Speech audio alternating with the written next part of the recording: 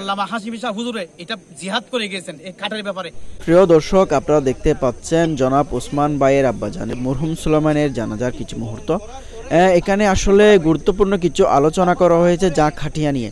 আমরা যে কাটিয়া মইতের জন্য ব্যবহার করি, লোহার কাটিয়া বলেন বা এসএসএর বলেন, এটা আসলে মইতের জন্য কতটা ক্ষতিকর তা নিয়ে আলোচনা করেছেন। বিস্তারিত শোনার জন্য অনুরোধ রইল, নিজেরাও শুনবেন এবং অন্যদের শোনার জন্য শেয়ার করে দেবেন। কেউ কথা বলবেন না, কেউ কথা বলবেন না, জায়গা না হলে আরেকটু চাপেন, আরেকটু চাপেন। সেই যখন জানাজা পড়ার শেষে সবাই যখন তাকে দাফন করে বাড়িতে চলে গেছে, সে আস্তে আস্তে কবর খনন করা আরম্ভ করছে। কবর খনন করা আরম্ভ করার পরে যখন ময়ূরকে ধরলো, ওই মহিলা তার হাত বাড়ায় ধরে ফেলছেন। বলছে, তুমি কিভাবে চুরি করতে পারো?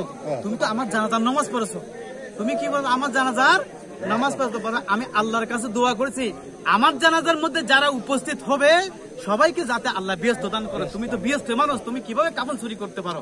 ওই দিন থেকে ওই মানুষটা কাফন চুরি করা ছেড়ে দিয়ে সবাই উনি আল্লাহর ওলি হয়ে গেছেন। আর আমি একটা কথা বলতে চাই, সবাই কেউ এখানে এলাকার মানুষ আছে, সম্মানিত আমার বড় ভাই আছে, সমাজের সরকার, কিছু মাসালা আমাদেরকে বলতে হয়।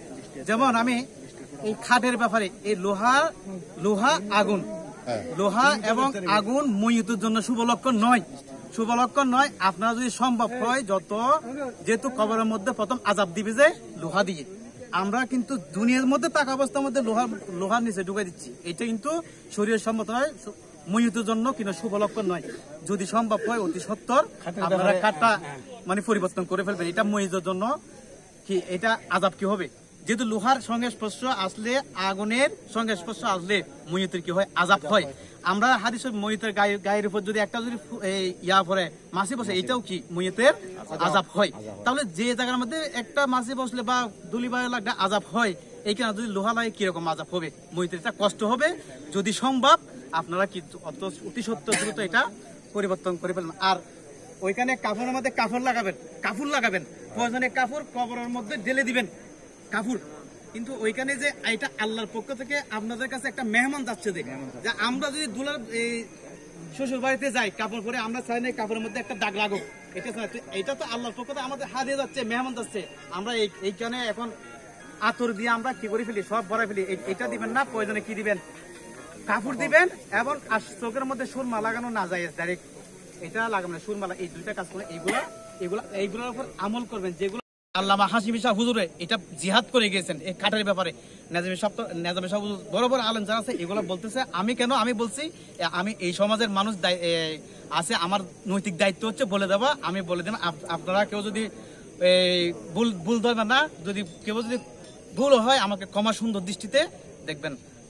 আসসালামু আলাইকুম রহমতুল্লাহ। আর আমার বাগিনা আর ওয়ারিশ একটু আপনাদের সঙ্গে কিছু কথাবার্তা বলবেন। এক মিনিট সালাম দিয়ে দেবেন।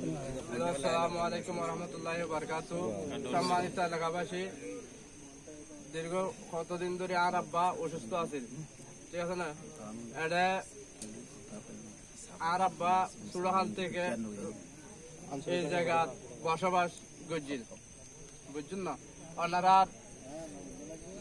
চলাফেরার মধ্যে যদি আর আব্বার কথাবার্তায় যদি অনেকে কষ্ট পায়, তখন আউলাকের মাফ করে দিবেন।